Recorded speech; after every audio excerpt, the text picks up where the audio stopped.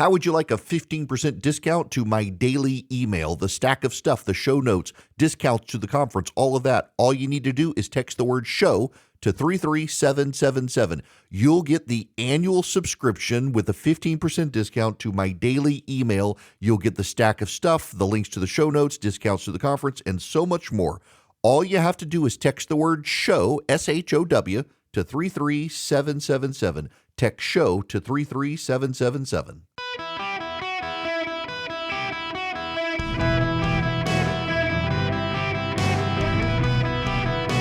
Welcome to the Eric Erickson Show podcast, Hour 3. Ladies and gentlemen, boys and girls, welcome. It is Eric Erickson here across the United States of America. I appreciate you being with me.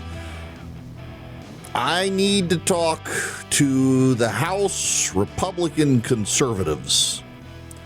I very much want to talk to them. However, I also need you to know that we are about to get a briefing out of Utah, from Provo, Utah, on the charges against Taylor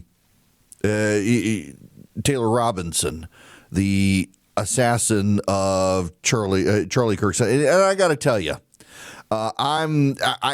generally, lawyers want you to say alleged.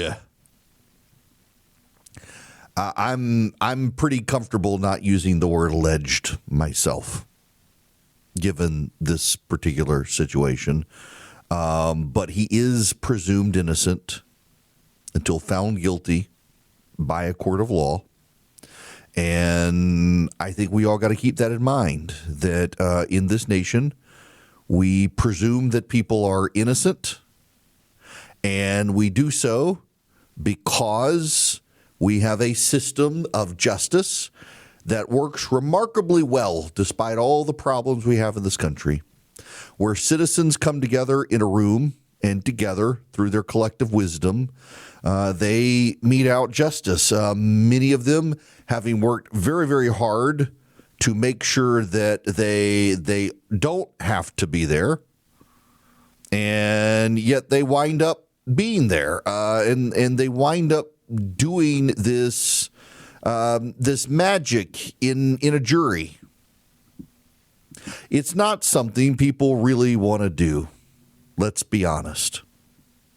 Nobody really wants to sit in a jury and, well, own admission that he is the perpetrator of it. Trying to pull up the feed, and they're not there yet. So this is the background commentary. We don't need to play the background commentary. We're waiting for this. But so I was a lawyer for 6 years, active practice. I did a number of jury trials, and no one wants to be in the jury. Nobody wants to be there. I have served on juries, and I didn't want to be there. And, you know, the upside is, when I got to the position I'm in now, and also being a lawyer, very often nobody wants me on their jury. But there have been 2 occasions in the last 25 years where I've had to be on a jury. In one occasion, we went into jury deliberations. It was a civil case, and they ultimately settled the case. Another case was a criminal case. And people really tried their best on the jury. And we make jokes a lot about, well, these are the 10 people too dumb to get out of a jury. In my particular case with the criminal trial I was on, they actually did need me, and the judge was a friend. So both lawyers, actually, the prosecutor and the defense attorney, I knew, small town, and they're all like, we've got to have a jury, and they all wanted me on the jury. I couldn't get out. They all wanted me. I was screwed. So I got on the jury. I did not want to be the foreman. I didn't want anything to do with it. I was just the juror. And the guy was found guilty. It was, I think it was a burglary. It was complicated in that it was a prominent member. It was a prominent family in town, and the guy had drug problems and very wealthy family. But every single person in the courtroom, in the jury, took the job very seriously. Every single person did. There are certainly parts of this country now where jurors oftentimes decide to engage in activism because of the situation. And thank God in New York City, the jurors did not find Daniel Penny guilty, because clearly the jurors had the interests of the local community at heart. And I think about that jury in New York City in that particular case, where they flat out refused to cooperate with the prosecutor because, Daniel Penny, the guy did die. He was put in a chokehold. He did die. He was alive in police custody. But the proximate cause, my understanding is there we that go again. Stop it, people. The proximate cause of the death was that. Here we go now. I'm going to hop over here to the media feed and this is the press conference for Tyler Robinson, if I can pull this up. All right, let's go down to Provo, Utah, and here is Jeff Gray. He is the Utah County DA announcing charges. And detail what the county's findings are up to this point, and then he will take questions. The number of questions may be limited, however. I may cut it off. I may assist him in helping to pick the people who are asking the question. We just ask that you keep the questions to the process of what we're talking about and refrain from asking questions that speculate or get into the political dynamic of the case.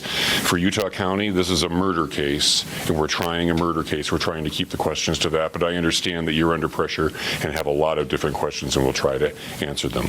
We're joined today by our sheriff and our prosecution team and our county commissioners. Jeff is going to be the only one speaking right now, and I'll introduce right now County Attorney Jeff Gray.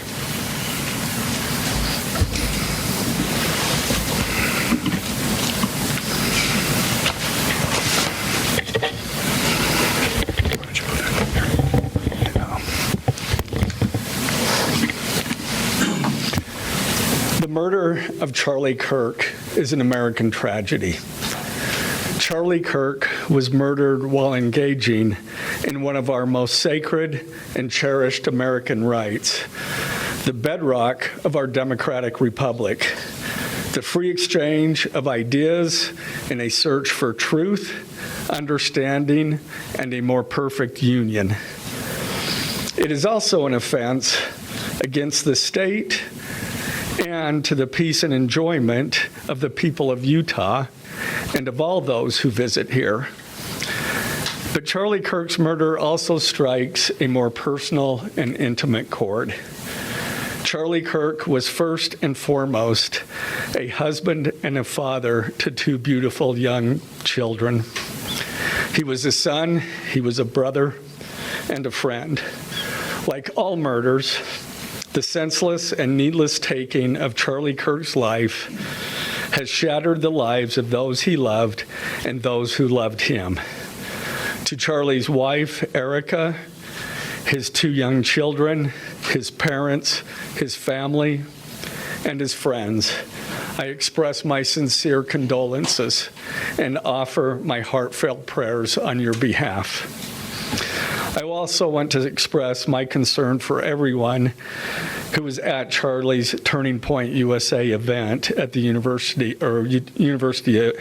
Utah Valley University, and all who have been impacted by this tragedy.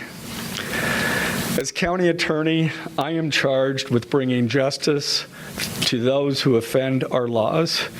I am charged with bringing justice for those who are harmed. I am charged with bringing justice for Charlie Kirk. I am committed to these aims. I take this responsibility seriously. Today, after reviewing the evidence that law enforcement has collected thus far, I am filing a criminal information charging Tyler James Robinson, age 22, with the following crimes. Count 1, aggravated murder, a capital offense for intentionally or knowingly causing the death of Charlie Kirk under circumstances that created a great risk of death to others. Count 2, felony discharge of a firearm causing serious bodily injury, a first-degree felony. The state is further alleging aggravating factors on counts 1 and 2 because the defendant is believed to have targeted Charlie Kirk based on Charlie Kirk's political expression and did so knowing that children were present and would witness the homicide.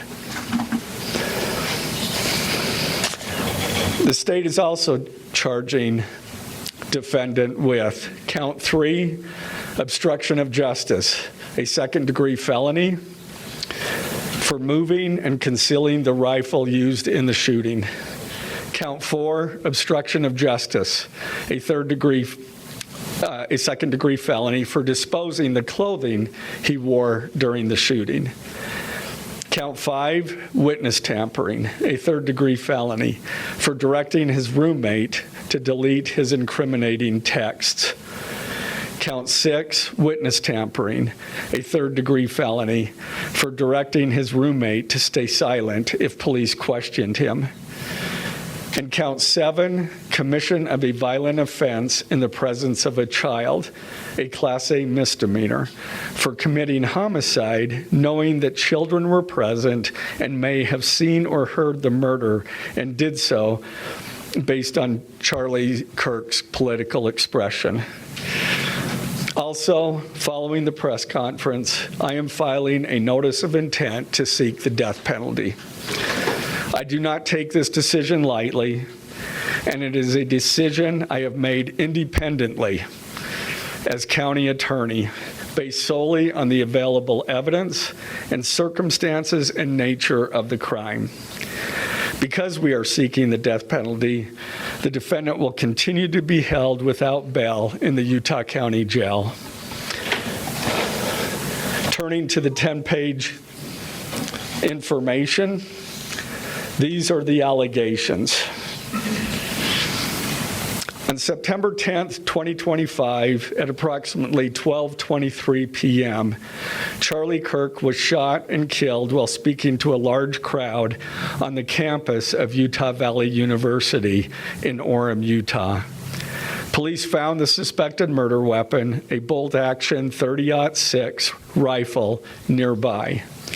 Over the next approximately 33 hours, police conducted a manhunt for the shooter until the evening of September 11th, 2025, when Tyler James Robinson surrendered to police at the Washington County Sheriff's Office. DNA consistent with Robinson was found on the rifle's trigger. After shooting Mr. Kirk, Robinson hid the gun, discarded the clothing he wore when he fired the rifle, and told his roommate to delete incriminating text messages and not talk to police. Children were present at the time of the shooting. The shooting. Turning Point USA, a nonprofit organization founded in 2012 by Charlie Kirk, organized a public outdoor event to be held at noon on September 10th, 2025 at UVU. The event was the first in a series of similar events to be held at college campuses nationwide. Mr. Kirk is a well-known conservative activist, famous for these type of events where he discusses various political issues and debates with audience members. His events and comments have garnered a significant number of supporters and drawn the ire of many who disagree with his political views.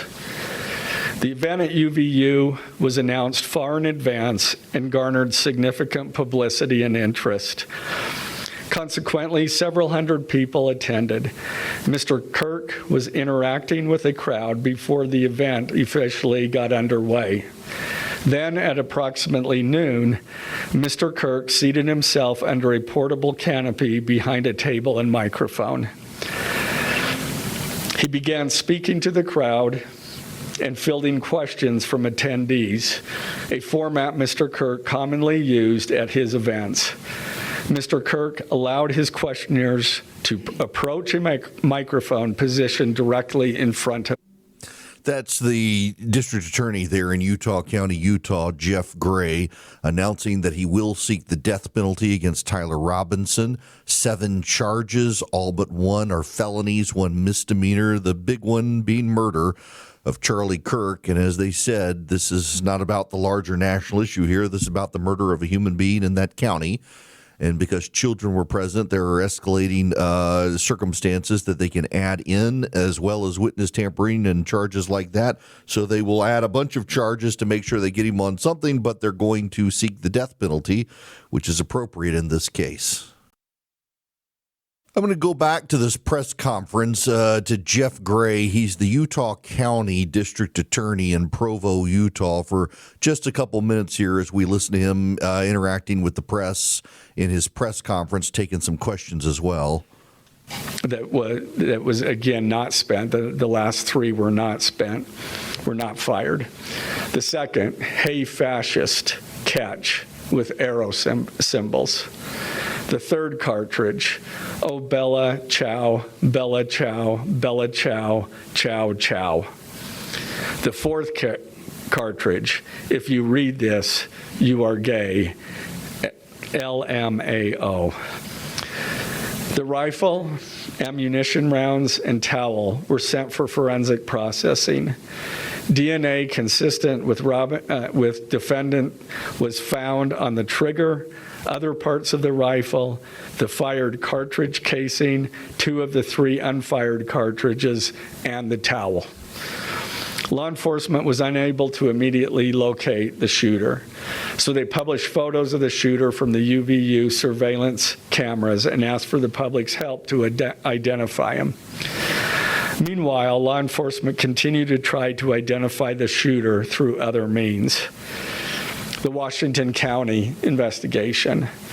On the evening of September 11th, 2025, as law enforcement continued their investigation, Tyler James Robinson went to the Washington County Sheriff's Office with his parents and a family friend to turn himself in.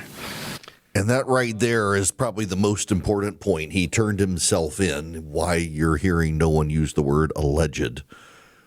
We'll come back to this, but we got to take a hard break here. But first, I need to tell you about Vision Computers. If you're a company and you have managed IT, that is, you don't have someone that you're paying big bucks to be on site all the time to keep you up and going. You rely on an outside vendor.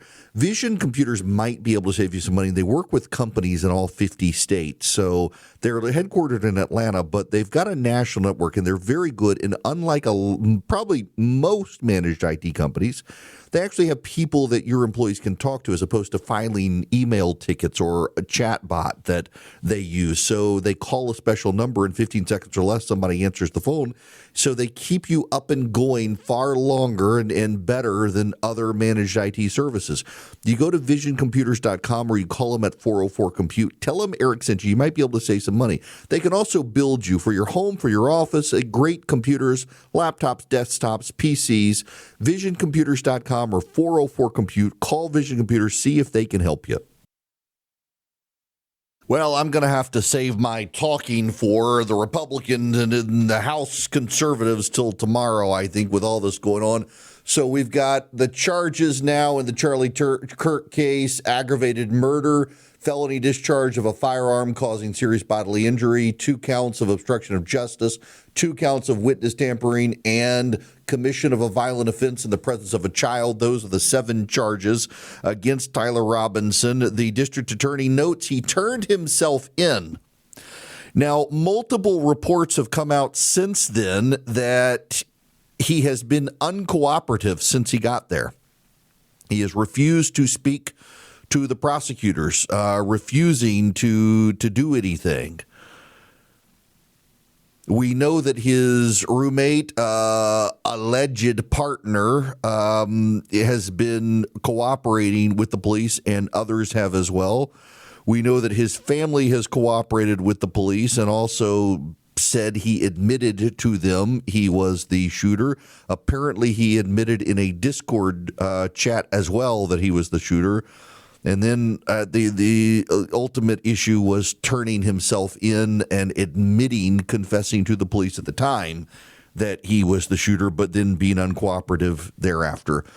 To the phones we go here. Brad, welcome to the Eric Erickson Show. How are you? I'm good, Eric. How are you doing? Great. What's going on? Question. Since you are a lawyer, if you were to defend this gentleman in this case, would your tactic be to try to remove the death penalty from the table, being as how all this evidence is pretty overwhelming that he would be convicted? And if that's the case, would and should the prosecution accept that kind of a plea deal, taking the death penalty off the table? Because I think if that happened, it's going to open a whole nother can of worms, as far as outrage is concerned, if this guy doesn't end up getting the death penalty. Okay, so Brad, you are the winner of the day for asking such a great question. I appreciate it, and I've got the answer for you here. So sit back and listen to me for a minute. In a normal circumstance, a district attorney would more likely than not accept a plea to end the case. Justice is not, as far as most prosecutors are concerned, whether or not you get the death penalty. Justice is you get the deal. And I don't know that that's going to be the situation here.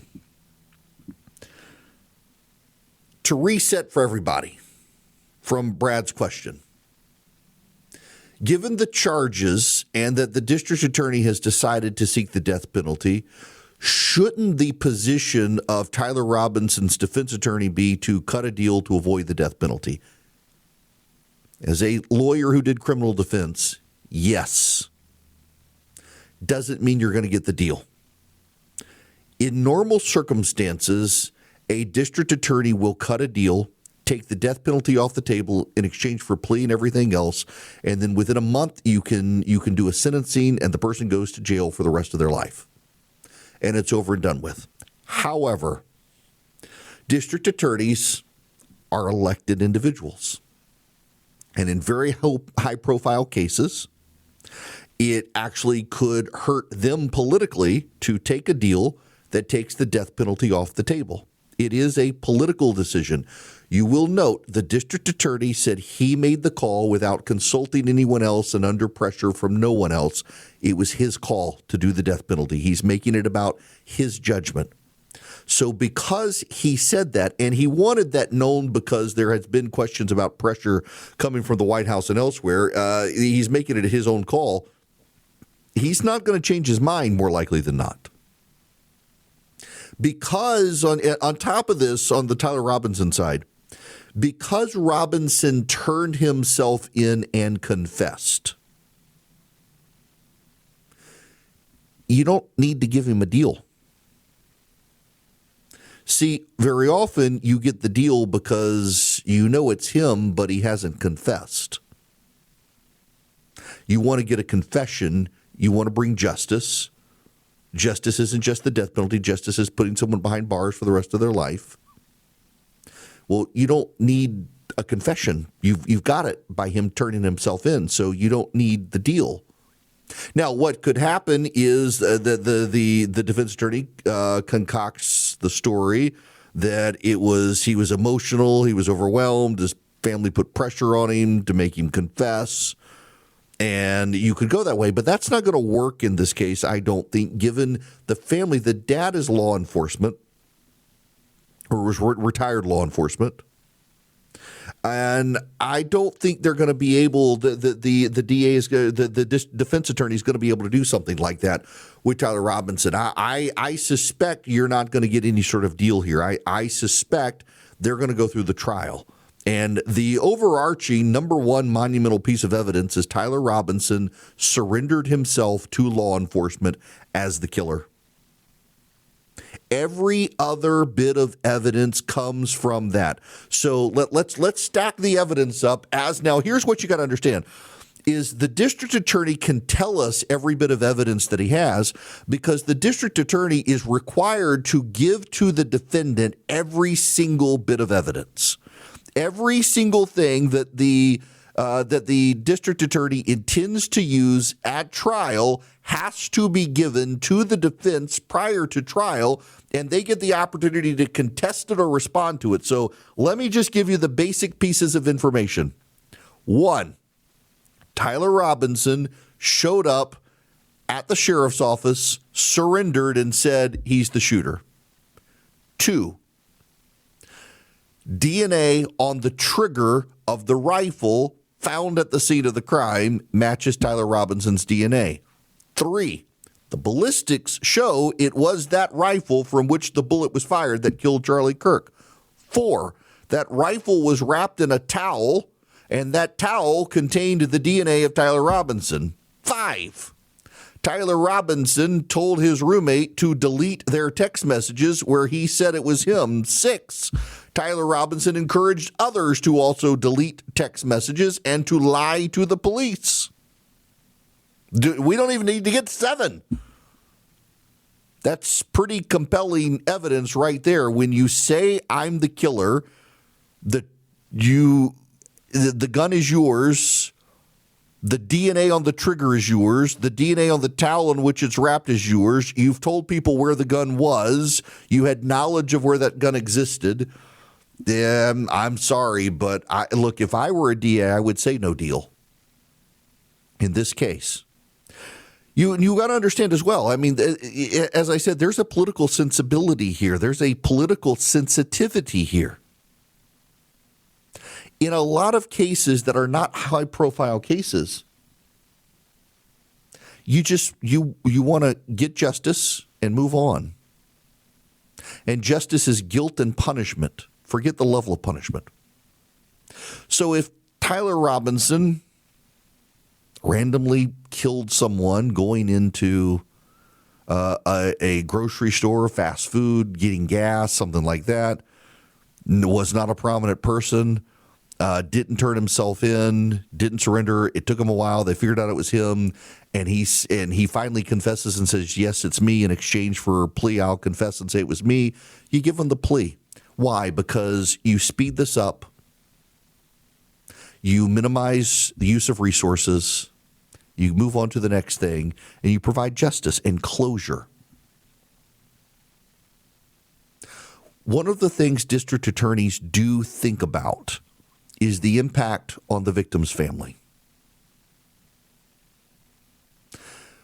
What would have more impact?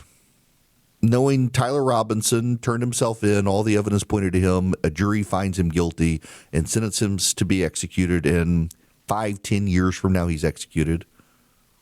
Or you take the plea and know that he might outlive you in prison.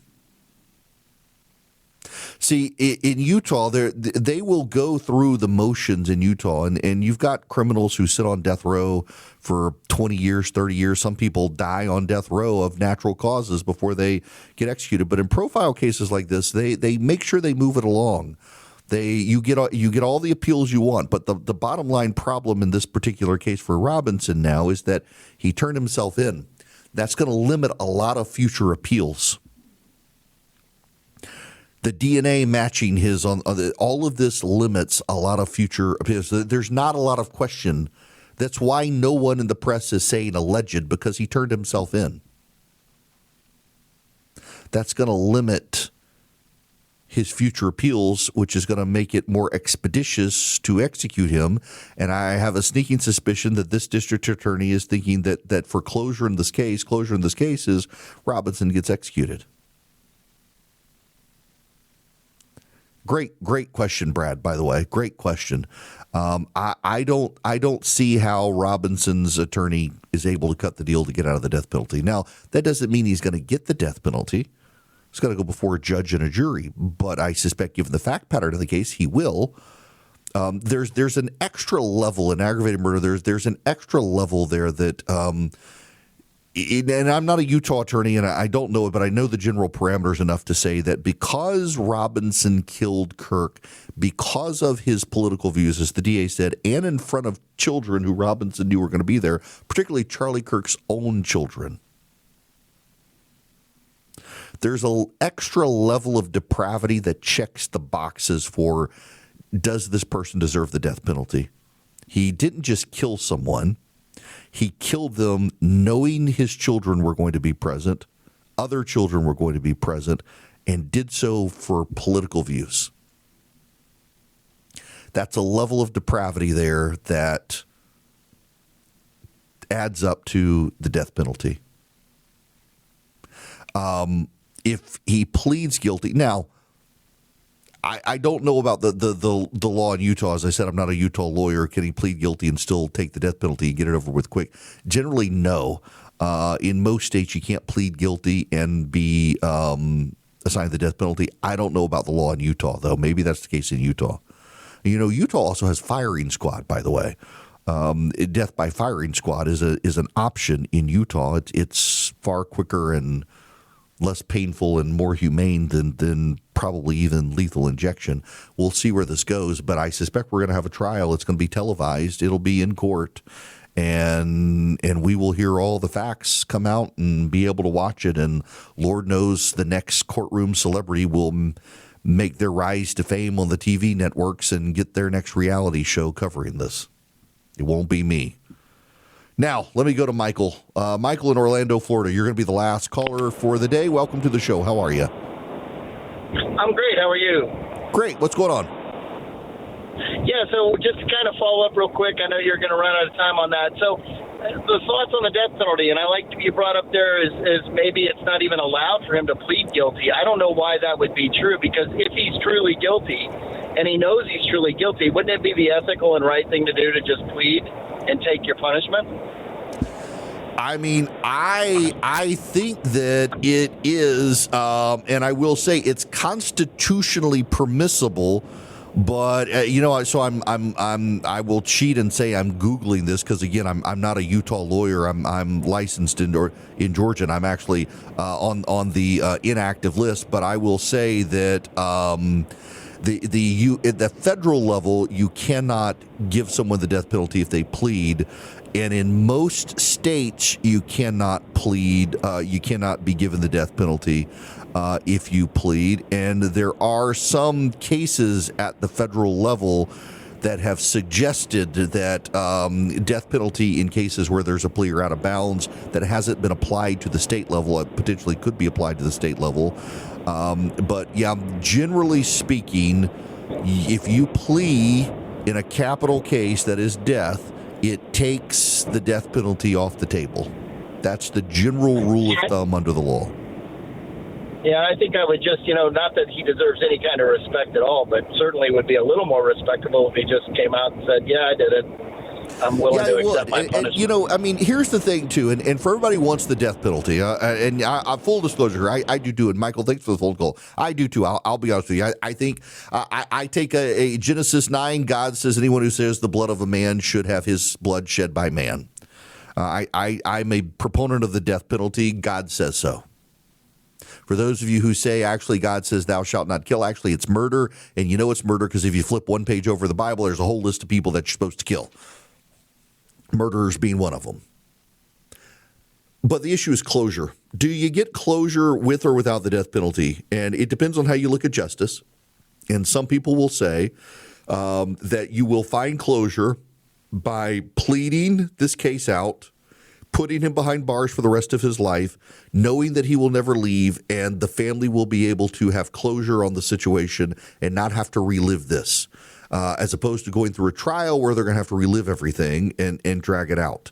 And then you got to wait years and years and years and years and years until the death penalty actually takes effect, and then maybe you get closure there. So there's an argument on both sides here. However, yeah, I'm cheating a little bit by going to Google because I know it's a general rule, but I am looking, and it does look like in Utah as well, that if you plead guilty, it takes the death penalty off the table. Don't hold me to that, but in most states it does. Under federal law, federal guidelines prohibit the death penalty if someone pleads guilty to a capital offense, and most states do that. My suspicion is Utah is one of those states. Google seems to suggest it's one of those states, but I'm not going to sit here and try to do the legal deep dive to tell you so. But they don't need to take a plea in this case because they've got him turning himself in, and they've got all the DNA evidence as well. So it will not be a long trial when it gets to that point. I got a bit of audio that I need to play for you that happened during commercial break from the district attorney in Utah County, Utah. Not answering. Robinson, since Trump got into office, my dad has been pretty diehard MAGA. Robinson, I'm going to turn myself in willingly. One of my neighbors here is a deputy for the sheriff. Again, you are all I worry about, love. That came from Robinson. Roommate, I'm much more worried about you. Robinson, don't talk to the media, please. Don't take any interviews or make any comments. If any police ask you questions, ask for a lawyer and stay silent. The search for Robinson's residence. Police executed a search warrant on Robinson's residence. During that search, police discovered a shell casing with etchings like the etchings found on the shells in the rifle near. He goes on to say that Robinson said of Charlie Kirk, I had enough of his hatred. Some hate can't be negotiated out. Please stop saying this kid was on the right. He was not. He was a progressive radical. Now, I need to tell you about my bank, Old Glory Bank. They're on the conservative side. They got started because of the debanking trends that were happening on the left with a number of major banks, and they would love to do business with you, and you can do business with them at oldglorybank.com/Eric, oldglorybank.com/ERICK. Old Glory Bank is a bank started in Oklahoma. It has spread nationwide. It's an online bank, but they figured out how to deposit cash. You can do mortgages, car loans, CDs. You can get a business account as well. They've got great business accounts. You can get a no-fee checking, no-fee savings account. I have both. You can get an interest-bearing checking account. If you're a veteran, they have really great deals for you as well. And businesses, they're very hands-on, helping businesses grow, sending people to understand your business so they can work with you. oldglorybank.com/Eric is where you want to go. By conservatives, for conservatives. And really, their mission is to help you grow. oldglorybank.com/Eric, oldglorybank.com/ERICK. Member FDIC, equal housing lender. Terms and conditions apply.